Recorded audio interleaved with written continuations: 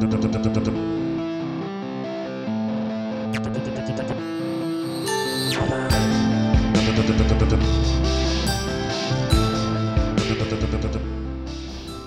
do I think advertising is a diverse industry? Unfortunately, the answer to that is no, not at present. There definitely is a lack of diversity in advertising in the UK. I mean, it's kind of a nonsense to assume that it can continue to be successful, continue to be effective, if it doesn't some way reflect the audience it's talking to. I think we're all stand together on this, yes, a huge lack of diversity. Yes, there is. You want me to go into detail about that?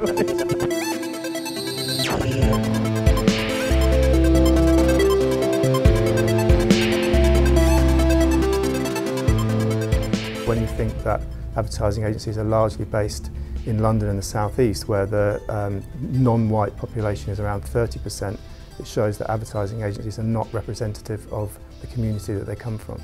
There are 300 languages in London. So either way you look at the pot, it's a bit of a salsa going on, it's a bit of a sauce going on.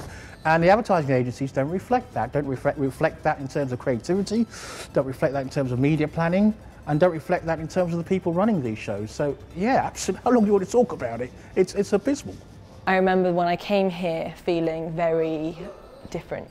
And I remember the first month or so I was here, I kind of felt really aware that I'm brown, there aren't many other Asian people, particularly on the teams that I'm on, because I'm the only girl that doesn't have blonde hair on my table. But it's not a problem, it's not an issue.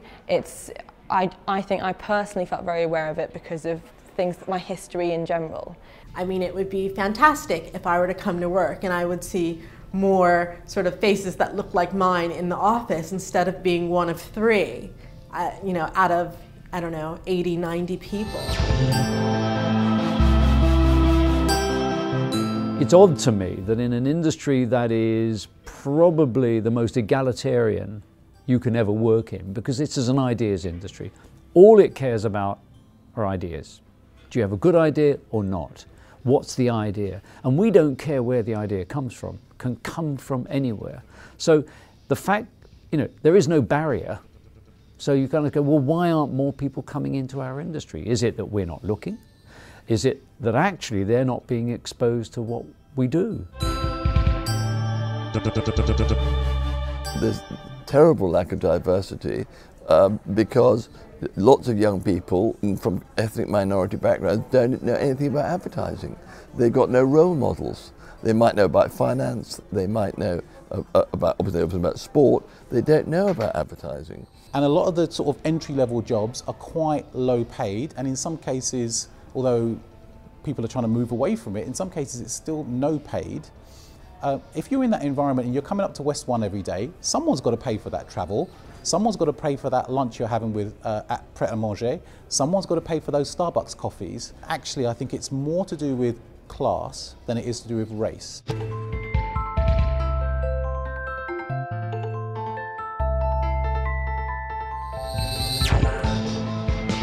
When you look at the statistics, 80% of consumer purchasing power is led by women, and we are underrepresented at ad agencies and also the brands that are buying the advertising. So what we're seeing is a lot of advertising that's not impacting and resonating with a female audience. Advertising is not as diverse as what it could be. I actually set up SheSays 7 years ago now to try to address the imbalance between men and women, particularly in creative and planning. But it is still really the prevail of mostly men, mostly sort of white, mostly middle upper class. In some ways, I'd say it's probably under more pressure to prove that it is as diverse as can be, given the tasks faced by advertisers and what they need to help their client brands deliver.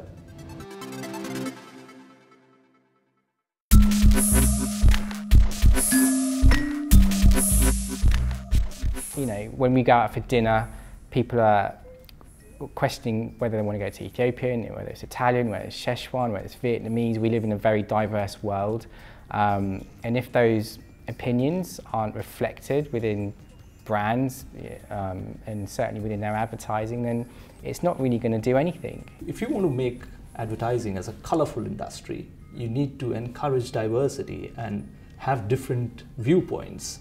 So what might work in one culture may not necessarily work in another, but you wouldn't be able to find out about that unless you have got people of different ethnicities within your workforce. I mean, we have these two Brazilians downstairs, these creatives downstairs, and what they come up with is completely different from everybody else. The fact that they come from somewhere very different, it just a different take on it just makes the advertising industry more exciting, I think. A multitude of backgrounds in the same environment will only lead to different perceptions and different ways of thinking about things in different conversations. And those different conversations may become arguments or disagreements, but they will always come up with, you will always learn something from that, and that can only be a good thing in our environment. We live in a world which has kind of got lots of influences in it. We must be aware of those influences. We must be aware of the opportunities that can be used to talk to these people. So if we're not reflecting them, then we're falling down on our job. Never mind the actual social requirement to do so. Just the professional requirement to do so should be there.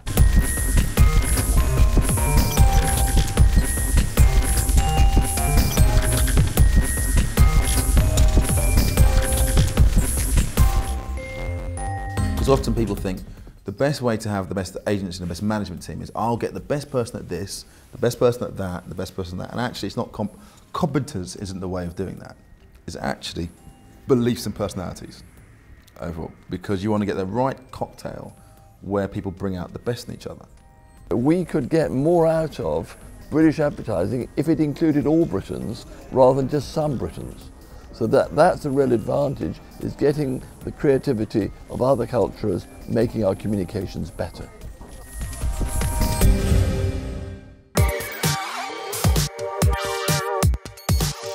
So I think that, one, we need to encourage young people, but the encouragement really has to come from, the top people in the industry, not just from Black, Asian minorities.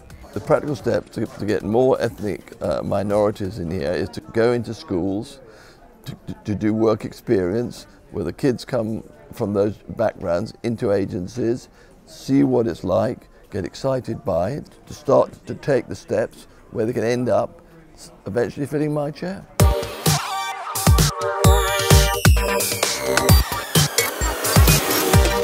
The advertising industry has got to be better at advertising itself. And the other thing I think that the industry really needs to think about is how currently it recruits people specifically into creative departments. In other departments within agencies, there's a more formal process. So you get graduate trainee schemes, you get proper placement programs, paid placement programs, whereas still within a lot of creative departments, to get into a creative department, you have to be prepared to work for free for a long time. You have to be prepared to do a lot of placements. And that's just not an option for people who come from more modest backgrounds.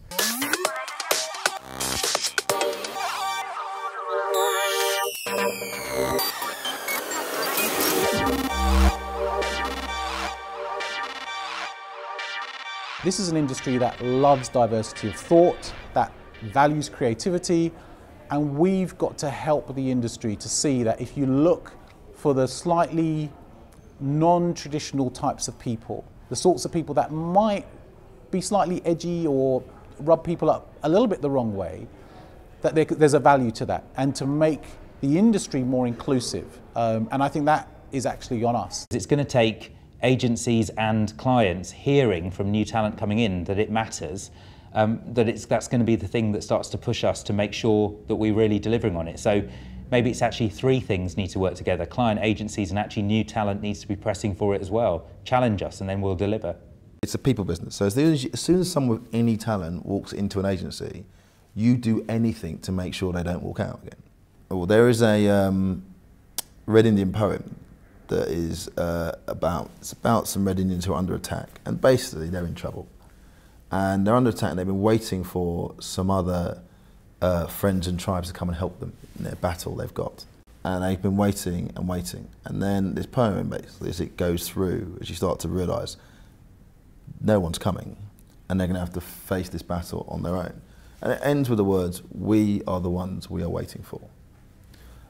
And I think in this industry, and every generation in this industry, has to take that attitude on.